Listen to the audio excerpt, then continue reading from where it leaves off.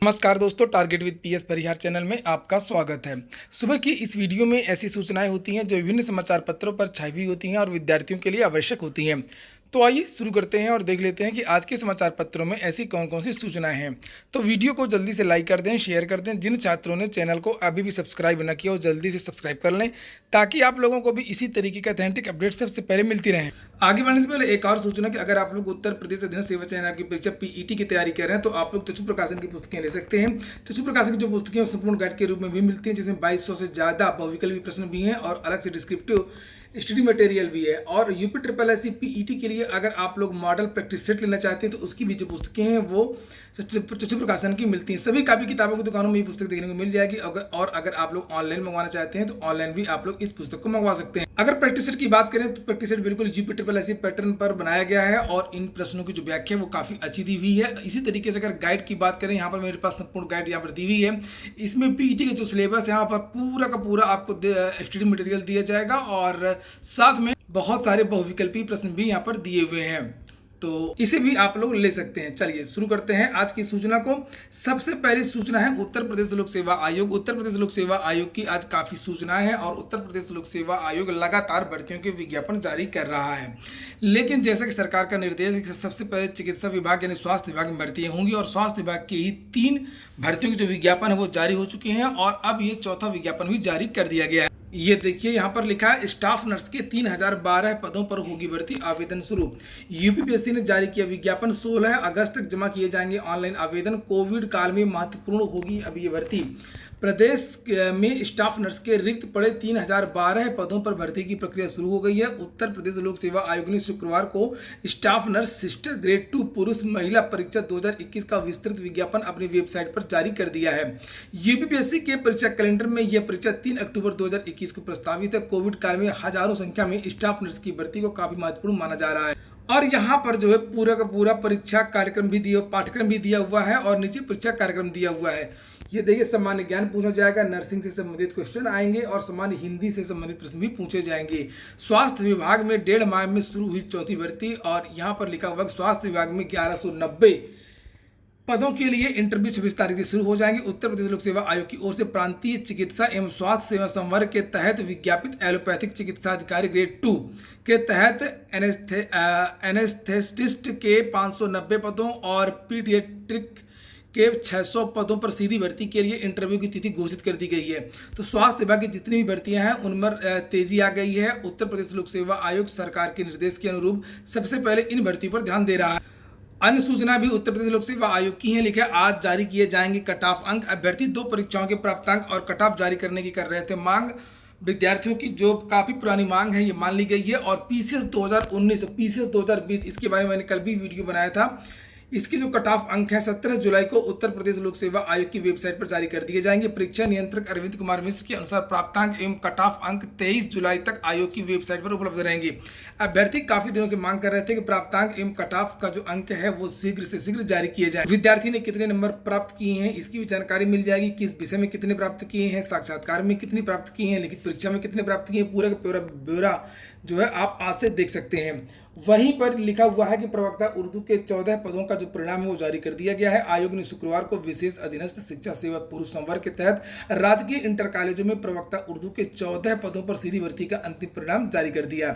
इसके बाद में बहुप्रतीक्षित कांस्टेबल जीडी सिपाहियों की भर्ती के जो विज्ञापन है वो जारी हो गया एसएससी के द्वारा। यहाँ पर लिखा पदों की संख्या 25,271 है। पिछली बार 55,000 पदों पर यह भर्ती हुई थी और इस बार भी जानकारी ये मिल रही थी कि 50,000 पदों पर भर्ती होगी समाचार पत्रों के माध्यम से, लेकिन ऐसा नहीं हो पाया जैसा कि हमेशा से होता है। लगातार पदों की संख्या को कम कर दिया जाता है और इस बार भी पदों की संख्या को कम कर दिया गया। फिलहाल कांस्टेबल जीडी और राइफलमैन समान ड्यूटी का ये पद है। 18 से 23 साल की इसमें एज मांगी जाती है और 1 अगस्त से आयु की गणना की जाएगी। शैक्षिक योग्यता इसमें 10वीं यानी हाई स्कूल पास माना जाता है। अगर आप लोग हाई स्कूल पास हैं और तो आप इसके लिए आवेदन कर सकते हैं। और परीक्षा का पैटर्न यहाँ पर लिखा हुआ कंप्यूटर आधारित एक परीक्षा होगी, उसके बाद में दौड़ फिजिकल होता है और एक मेडिकल टेस्ट होता है। इसके बाद विद्यार्थी का चयन हो जाता है। विस्तृत नोटिफिकेशन आप लोग ssc.nic.in इस वेबसाइट पर जाकर के आप लोग ऑफिशियल नोटिफिकेशन देख लें या मेरे टेलीग्राम चैनल पर पहुंच जाए, वहां पर भी आपको इस तरीके की जो नोटिफिकेशन है वो देखने को मिल जाएंगे। ये है ऑफिशियल नोटिफिकेशन एसएससी के, जिसे आप लोग देख सकते हैं। Constable GD in central armed police force CAPFs NIA SSF rifleman GD in Assam rifles examination 2021।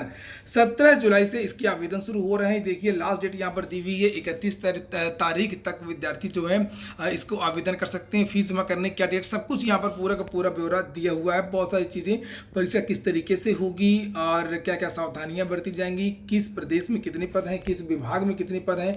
जैसे बीएसएफ के जो है 6413 पद हैं, सीआईएसएफ के 7610 पद हैं और इस बार सीआरपीएफ में पद नहीं है। एसएसबी में 3806 पद हैं। इस तरीके से अलग अलग जो ब्यौरा दिया हुआ है और लगभग 22424 पद हैं यहाँ पर मेल के, और फीमेल की यहाँ पर बात करें तो ये लिखा हुआ है 2847 पद हैं। ऑफिशियल नोटिफिकेशन में यहाँ पर ये भी लिखा हुआ है किसको कितनी छूट दी गई है। एससी एसटी को 5 साल की छूट दी जाती है, ओबीसी को 3 साल की छूट दी जाती है और 18 से 23 साल की इसमें एज मांगी जाती है। कम से कम 18 साल, ज़्यादा से ज़्यादा 23 साल। विद्यार्थी इसका पुरजोर विरोध कर रहे हैं। विद्यार्थियों का कहना है कि जब मार्च में विज्ञापन जारी होना था तो एज की जो गणना है वो मार्च से होनी चाहिए, यानी कि कम से कम विद्यार्थियों को 1 साल की छूट देना चाहिए। क्योंकि कोरोना संक्रमण की वजह से इस भर्ती की जो विज्ञापन में है वो देरी हो गई है और इसमें जो है विद्यार्थियों की कोई गलती नहीं है। बहुत सारे जो विद्यार्थी ओवर एज हो गए, इसके लिए विद्यार्थियों ने ट्विटर अभियान भी चलाया था और सोशल मीडिया के माध्यम से विद्यार्थी अपनी मांग रख रहे हैं। इस भर्ती में एनसीसी वालों को छूट भी दी जाएगी। यहाँ पर लिखा है कि एनसीसी सर्टिफिकेट अगर आपके पास है तो 5% नंबर आपको एक्स्ट्रा मिल सकते हैं। एनसीसी में अगर बी सर्टिफिकेट है तो यहाँ पर लिखा हुआ 3% maximum marks of the examination, और अगर एनसीसी में ए सर्टिफिकेट है तो 2%। तो इस तरीके से विद्यार्थियों को भारांक भी मिलेगा।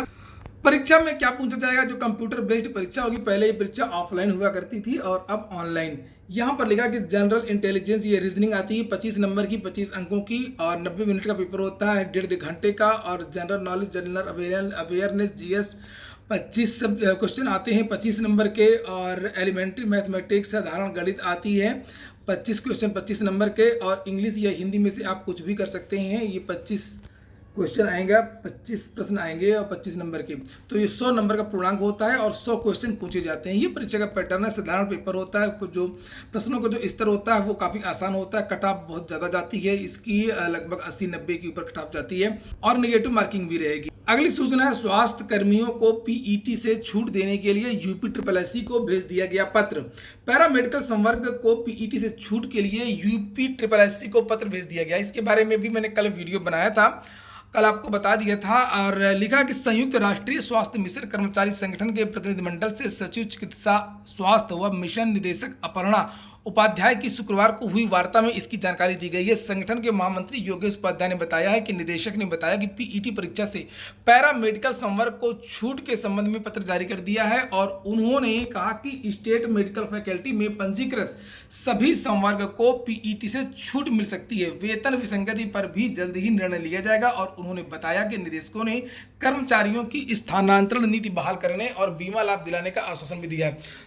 एएनएम संघ तो ये मांग रखी थी इन विद्यार्थियों ने और इनके संघ ने मांग रखी थी। सबसे बड़ी बात ये है और इसकी वजह से जो है कल सरकार की तरफ से जो पत्र जारी किया गया और इन विद्यार्थियों को और इस भर्ती को पीईटी से यूपीएससी की पीईटी से बाहर कर दिया गया है। इससे ये भी अनुमान लगाया जा सकता है कि आने वाले समय में अगर सरकार चाहेगी तो कुछ और भर्तियां भी यूपीएससी पीईटी से बाहर हो सकती हैं, जिसमें विशेष योग्यता वाली जो भर्तियां होती हैं, विशेष डिग्री की जिसमें आवश्यकता होती है, जिसमें विद्यार्थी कम होते हैं।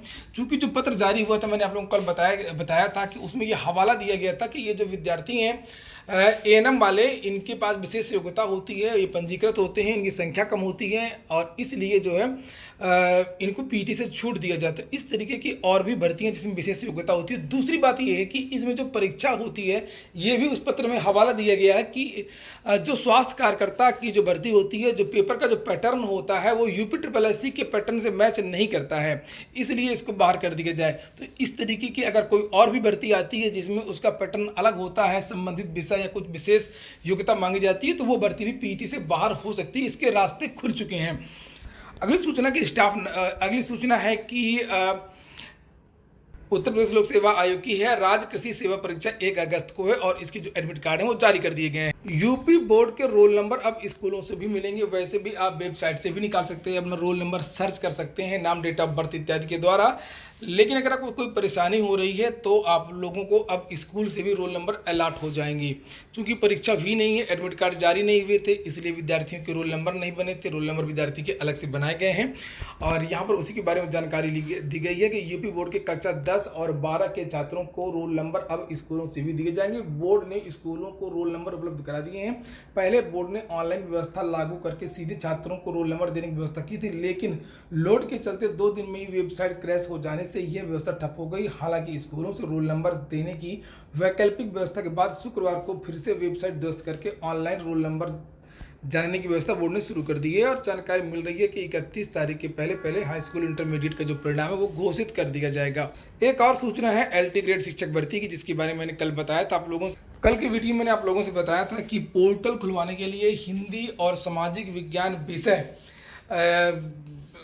की नियुक्ति नहीं हो पा रही है विद्यार्थियों की, और इसके लिए प्रतियोगी छात्र मोर्चा लगातार शुरू से ही प्रयास करता रहा, पहले परिणाम को लेकर के और उसके बाद में नियुक्ति को लेकर के।